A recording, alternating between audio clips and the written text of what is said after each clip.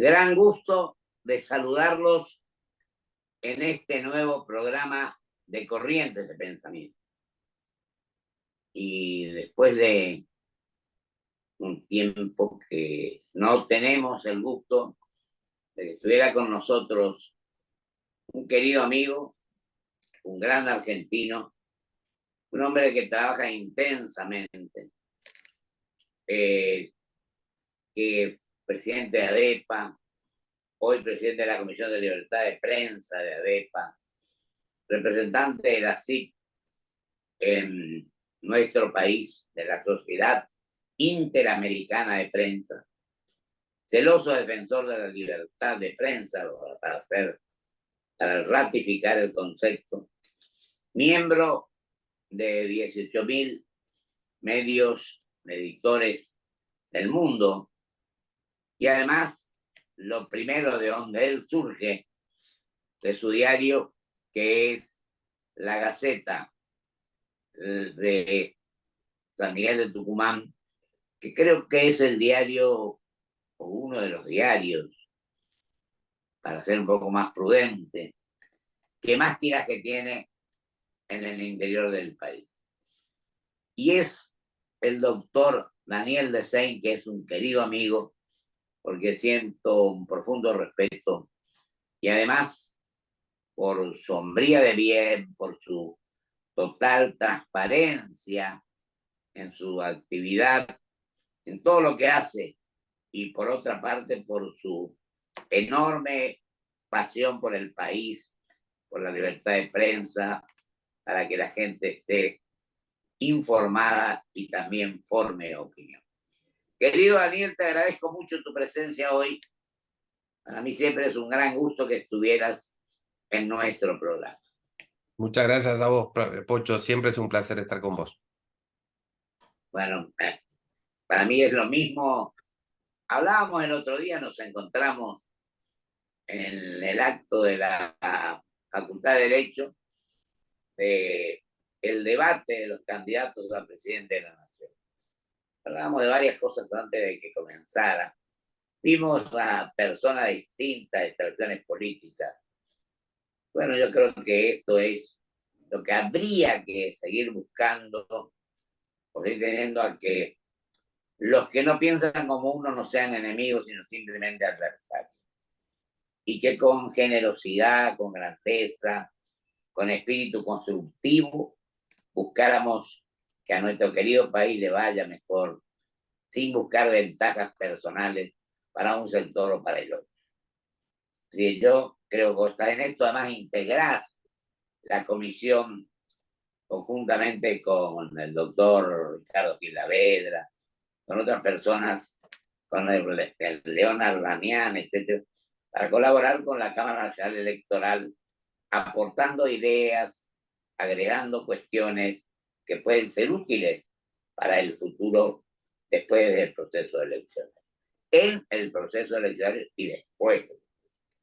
Sí, mira, Pocho, mira, lo más importante es que ese debate se hizo, ¿no? Que ya está instalado, que tuvo buenas respuestas tanto del público por niveles de audiencia extraordinarios, ¿no? Equivalentes a un partido de la Argentina en el Mundial de Fútbol, y también por la aceptación y el respeto con el que participaron los candidatos y el hecho de que no haya habido ausencias, ¿no? Este debate presidencial, que es una tradición muy arraigada en muchas de las democracias más desarrolladas del mundo, llegó tardíamente a la Argentina. Primero no era obligatorio, luego durante el gobierno de Macri se tornó obligatorio y tiene penalidades desde el punto de vista de la remoción publicitaria política a quienes no participen en él. Pero más allá de eso se ha convertido en un ritual más de nuestra democracia. Entonces es muy sano ver a los candidatos intercambiando ideas con reglas claras, con respeto, ¿no? Por supuesto que el debate puede mejorarse muchísimo, y finalmente la tarea nuestra de la comisión asesora en el debate presidencial de la Cámara Nacional Electoral y la fijación de reglas se hacen en consenso con los equipos de campaña, que nunca quieren arriesgar demasiado, ¿no? Yo me acuerdo de una conversación con Alejandro Borenstein, que en su calidad de presidente de CAPIT, que es la Asociación de Productoras de Televisión, que es la que organiza operativamente el debate, como el gran show televisivo que es, ¿no? me decía que en el primer debate, el que no era obligatorio, él estaba obsesionado, que se hizo en la facultad también en el salón de actos de la Facultad de Derecho, estaba obsesionado con un pequeño escalón que había, de 7 centímetros que no se notaba mucho, y él pensaba, si alguno de los candidatos se cae ahí, ese tropezón, esa caída va a ser la marca definitiva de ese debate y puede tener finalmente incidencia electoral y demás. Es cierto, ¿no? Lo que uno recuerda, la memoria es frágil, la cantidad de temas que se tocan ahí son muchos, son pocos los minutos o los segundos para expresarse, y finalmente lo que quedan son algunas frases, algunos gestos, ¿no? Actitudes de la postura, la postura escénica de los candidatos.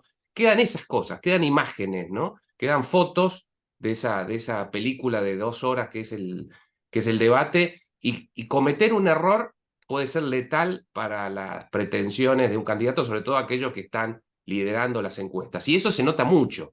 Todos tratan de mantenerse dentro de las estructuras, los equipos tratan de pautar esquemas de mucha previsibilidad, ¿no? Que no haya mucho espacio donde se corran demasiados riesgos, ¿no? Tratar de prever cuáles van a ser las temáticas, y en eso se nota mucho la preparación, ¿no? La impostación, la articulación un poco artística de todo ese espectáculo. Pero en definitiva lo importante es que es el debate posible, es el debate que hay, es todo un gesto para el respeto de la convivencia democrática, y en un contexto como el actual, de tanta aceleración, de tanta irritabilidad, ¿no? De tanta bronca, de tanta emocionalidad y de tanta fragilidad finalmente institucional económica, es importante preservar este tipo de rituales que giran en torno a ese ritual central y esencial para la vida democrática, que es la votación finalmente que vamos a tener muy pronto en la Argentina, ¿no? Y la semana que viene ya. Sí, sí, sí. Y otra cosa, Daniel, me acuerdo que cuando llegué a porque me encontré con vos y nos pusimos a charlar ahí un buen rato. Mira que desfiló gente de un lado, del otro, de un sector, del otro, pero en un clima, te quiero decir, de respeto, de tranquilidad, y bueno, a lo mejor un poco de nerviosismo también, porque los que van a participar estaban viendo. Vimos a personas que a lo mejor hacía bastante tiempo no nos encontrábamos y nos charlábamos, pero también estábamos viendo el tema, lo tocamos de pasar, esta lamentable guerra que se instaló en la tierra, digo, Israel, Pakistán, etc., donde yo he emitido mi opinión porque tenemos que tratar de que prime la paz, el orden, etc., pero es un hecho lamentable con un final un poco incierto todavía, saber a dónde llega. Son cosas que debemos lamentar dentro del esquema este. No podíamos olvidar lo que estaba pasando y los muertos y los enfrentamientos tremendos que se produjeron en aquel momento. Pero ya en el debate mismo, digamos, cada uno también fijó su posición de los candidatos a presidente, sí, candidatos a presidente, ¿no? La PASO, fijaron un poco esto. Y lo importante es que creo que existe el propósito, por lo menos uno de los candidatos fue que específicamente habló, que durante su gestión, y que como el doctor Schiaretti, que habló del respeto a la libertad de prensa. Y yo creo que lo otro que se señaló y que es importante es que aquel que no comparte no es tu enemigo, que es tu adversario, y buscar cerrar las grietas, buscar el entendimiento, buscar, creo que más habló de la unidad nacional. Yo, en su momento, cuando gobernador y senador, me tocó hablar de una nueva mayoría nacional. Yo creo que esto es lo que habría que tratar de hacer, porque es más elástico hablar de la unidad, que a veces no es posible hablar totalmente, sino fijar el camino, fijar un objetivo y una conducta que sea transparente y cristalina. Este es un poco el esquema, que es lo que habría que decir. Y no creerse dueño de la verdad, que es otra cuestión que nos está haciendo mal. No sé qué opinás, Daniel, querido, de todo esto. No, no, muy interesante lo que decís, Pocho, porque tuvimos el privilegio de ver el detrás de escena, ¿no? De lo que fue el debate, que es lo que la inmensa mayoría de los argentinos no puede ver, ¿no? Y uno allí, tuvimos 2 horas antes de que iniciara el debate a las 9 de la noche de ese domingo, y ahí pudimos ver, como bien decía, circular a todos a los integrantes de los equipos de campaña, a gran parte de los entornos políticos de los 5 candidatos.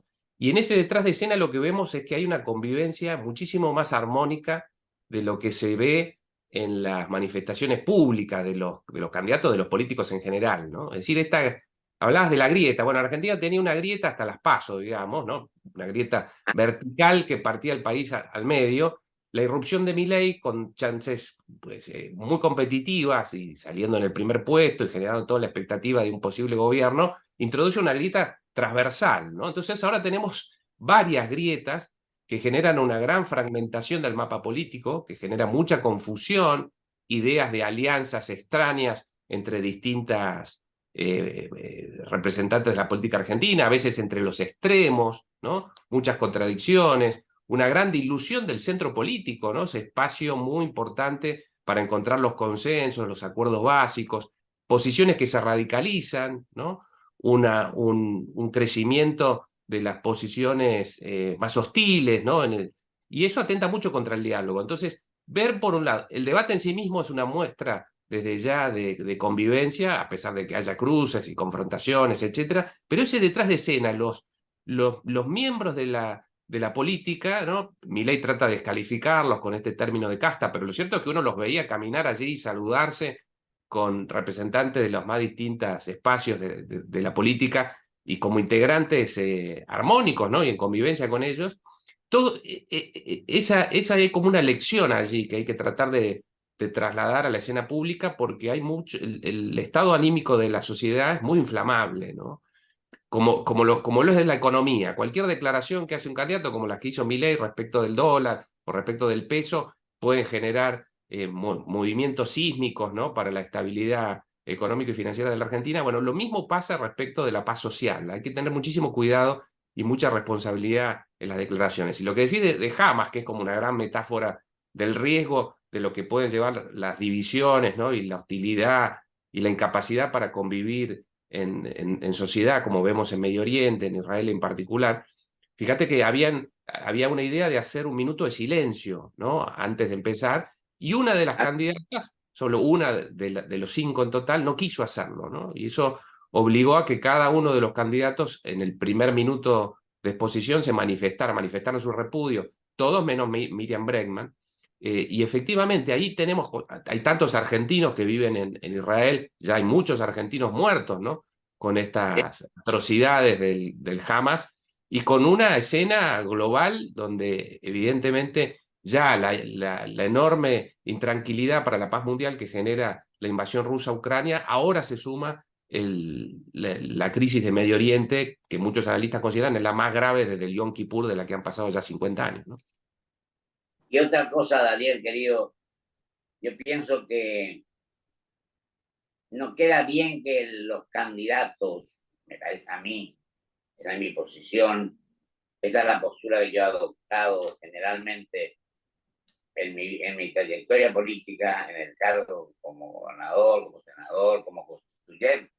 Acá tenemos esta constitución que creo que es la que tenemos que cumplir y que todavía no se ha cumplimentado ciertas pautas, como por ejemplo el tema de la coparticipación federal, que está pendiente, alguna cosa de los órganos de control que tampoco funcionan.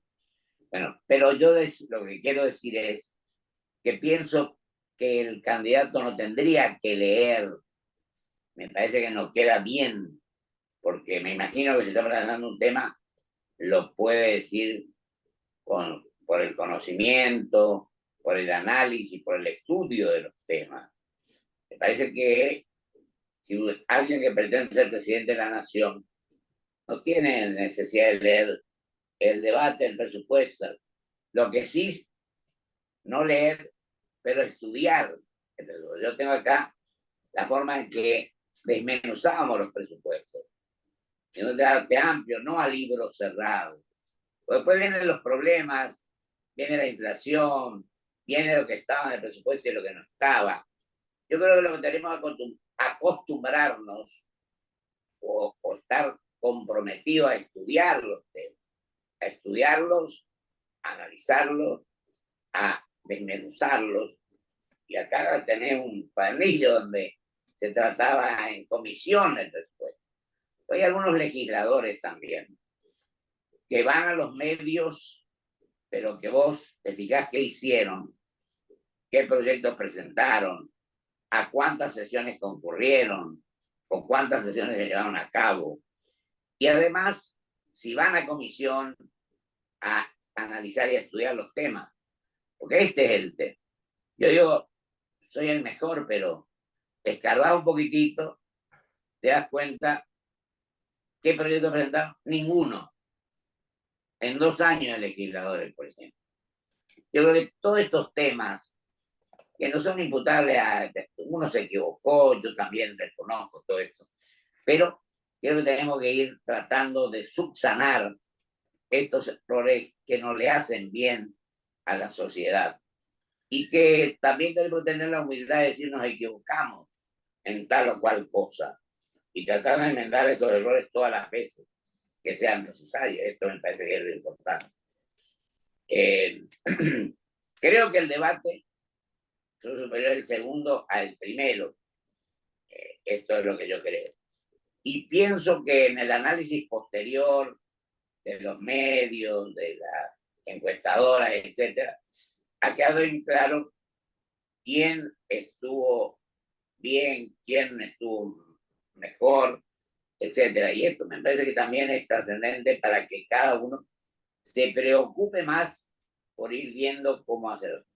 Y lo otro es estudiar proyectos de país y fundamentalmente evitar, por supuesto, que no haya coherencia, es decir, mejor dicho, que haya coherencia.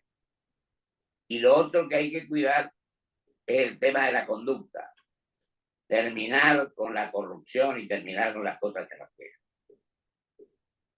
Esto me parece que es importante. No, es un gran tema, ¿no? ¿Cómo debe ser? El debate de lo presidencial, ¿no? Es como una pequeña muestra de lo que debe ser el gran debate de la sociedad, ¿no? Bueno, ¿cuáles son los temas? ¿Cuál es el tono? ¿Cuál es el lenguaje? ¿Cuál es la lógica en los que tenemos que apoyar? ¿Cuánto vale la trayectoria personal? ¿Cuánto vale la honestidad? ¿Cuánto vale la retórica, ¿no? La capacidad para comunicar, la tranquilidad, ¿no? Entonces los debates muchas veces el público presta atención a eso, ¿no? A los gestos, a las miradas, ¿no? Recordemos los debates históricos, ¿no? Kennedy y Nixon, ¿te acuerdas? En las encuestas, a los que habían oyentes radiales, Nixon había salido mejor parado, y los que lo habían visto por televisión, Kennedy había salido mejor parado porque Nixon transpiraba, porque parte del equipo demócrata le había pagado el aire acondicionado, bueno. Y pocos se acordaban de cuáles habían sido los términos. Nixon era un gran orador, un hombre mucho más preparado que Kennedy para ese tipo de circunstancias. Sin embargo, ahí estaba el poder de la imagen, de la gestualidad, ¿no? De la espontaneidad, de la capacidad de reacción. Bueno, muchas cosas son las que aparecen ahí, ¿no? Pero lo relevante, bueno, ¿cuáles son los ejes, los temas, las grandes cuestiones que quedan instaladas, ¿no? Para el gran debate que tiene que dar la sociedad en días como estos? Pensemos que hay muchos que no participan o que no participan en las primeras instancias, luego participan en la segunda, ¿no? Hay millones de votos posibles allí. Hay muchos que cambian su voto, hay muchos que lo definen en las últimas instancias, hay un porcentaje de la población muy alta, totalmente despolitizada, desconectada de lo que ha venido pasando en los últimos tiempos. Hay muchas confusiones, ¿no? En los mensajes, hay mucha responsabilidad de los candidatos, porque recordemos que el ciclo de la ilusión al desencanto es muy rápido, ¿no? Entonces, el que promete mucho sabe que pronto puede defraudar a la gente, y eso convertirse en un boomerang para la gobernabilidad. El famoso teorema de Baglini, ¿no? Bueno, esa aproximación al realismo muchas veces en los candidatos no se da, y luego se paga un costo muy alto, porque lo que se defraudan son las expectativas de la sociedad. Y eso se ve mucho en este momento. Como ha cambiado la escena política en las últimas semanas tan rápido, bueno, ahora hay lógicas diferentes, rivalidades distintas, lenguajes distintos, una cantidad de votantes que van a votar por primera vez, ¿no? Los jóvenes, esa irrupción, fenómeno Milei está muy ligado a una cuestión etaria, ¿no? Y a sistemas de comunicación alternativos a la política y a un discurso distinto, también a la ola global de la antipolítica, se mezclan muchas cosas y se pone en riesgo, yo más de una vez lo he dicho, ¿no? En medio de la inestabilidad económica que nos caracteriza y que se aceleró en los últimos tiempos, teníamos cierta estabilidad política, ¿no? Tradiciones vinculadas a la democracia, ¿no? Una justicia con niveles de independencia que nos diferenciaban en América Latina, niveles de libertad de expresión, ¿no? Coaliciones con partidos históricos dentro, frente a la gran degradación y dilución de los partidos tradicionales en toda América Latina, la irrupción de las nuevas fuerzas, ¿no? Las grandes olas políticas que actúan en los extremos de la institucionalidad. Bueno, eso estaba fuera del mapa argentino y ahora ha entrado, ¿no? Ahora todo eso nos hemos latinoamericanizado en el mal sentido del término, en el aspecto político, y en esa incertidumbre estamos viviendo, y eso se mezcla desde ya con la volatilidad económica. Vos que estás en la CIP, yo me acuerdo, vos no a lo mejor porque vos sos muy joven, cuando en Washington yo tenía 20 y pico de años, 28 creo, concurría a la reunión de la CIP y cerró aquella reunión el Washington Post Nixon, que hablamos hoy. Bueno, y en otros lugares, otros presidentes. Y cuando el Senado... 3 días antes de morir, estuvo en la CIP Kennedy. Antes del viaje a Dallas, estuvo en Miami dando un famoso discurso, ¿no? Y bueno, en aquel momento yo te decía, cuando la Comisión de Libertad de Prensa, en el Senado, que se incorporaron 2 artículos, como vos conocés, a la reforma, que el periodista no diera a conocer las fuentes, no tuviera la obligación, y la figura del desacato, que también se incorporó a la reforma del 94. Y lo otro, aquel gran trabajo que hizo nuestro amigo Carlos Moratorio como secretario de esa comisión, integraban senadores de primer nivel. Pero bueno, yo creo que este tiene que ser el camino, tratar de ir superando los errores que cometemos, enmendarlos, para ir haciendo de la mejor manera la cosa. Y vos sos un adelantado en esto porque trabajás intensamente todo el tiempo tratando de buscar esta cuestión. Y representar un diario que tiene una gran trayectoria y una gran envergadura. Así que nos quedan, para que vos cierres, 30 segundos para cerrar de cómo ves que va el tema. Bueno, Pocho, a ver, te diría, vivimos en momentos de aceleración extraordinaria en los que se define buena parte de nuestro futuro, ¿no? Muchos años por delante se definen en pocos días, con niveles de incertidumbre muy grandes, en medio de un mundo volátil, pero en una Argentina que tiene esas cuotas extra de volatilidad y seguridad y ciertos despropósitos, ¿no? Dentro de la escena. Bueno, es importante recuperar la calma, tratar de pensar que el voto es una decisión trascendental de la ciudadanía, ¿no? Concurrir allí como un ejercicio cívico de convivencia democrática y ejercerlo con mucha tranquilidad. Es en medio del vértigo lo más importante cuando se define un rumbo de largo plazo, es recuperar esa tranquilidad de espíritu, ¿no? Me parece que hay demasiada alteración de la mano de la economía, de la mano de la virulencia a veces en el debate público, pero que los ciudadanos lo que tienen que recuperar es la calma necesaria para tomar una decisión tan relevante para el futuro de todos, ¿no? Te agradezco enormemente, querido Daniel. Muchas gracias a vos, porque un placer. Gracias, mi viejo, igualmente para mí. Vamos a un corte y vuelvo con mis conclusiones.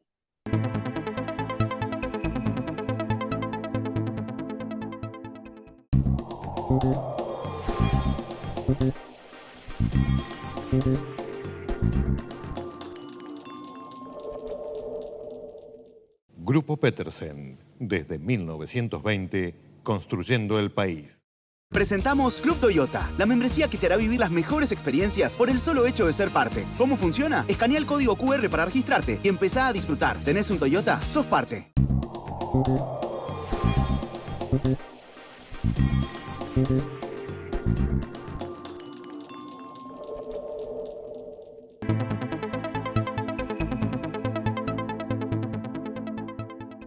Me quedan pocos segundos donde tengo que agradecer de nuevo la presencia de mi querido amigo, el doctor Daniel Desein, trabajador incansable, defensor de la libertad en general y de la libertad de prensa en particular, que está recorriendo un poco el mundo en los diversos organismos, dejando un gran concepto de lo que hace en defensa de la libertad de prensa y la libertad de expresión.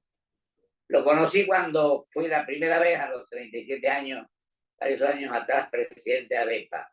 Y la verdad es que tengo un alto concepto de su actitud, de su postura, de su defensa de las libertades y sobre todo de la objetividad de los juicios que emite.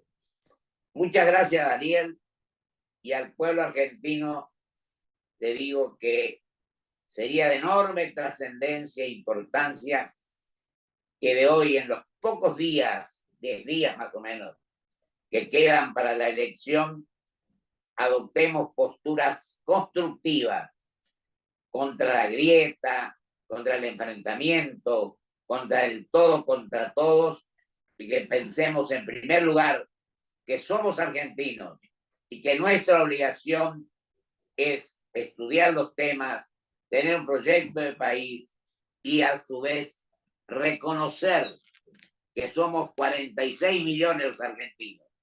Y aunque hubiera diferencias circunstanciales o definitivas en algunos casos en la forma de pensar, tratemos de conciliar todo esto pensando con espíritu de amor a la patria, de querer que nuestra nación vuelva a recuperar el prestigio que ha tenido en las naciones del mundo.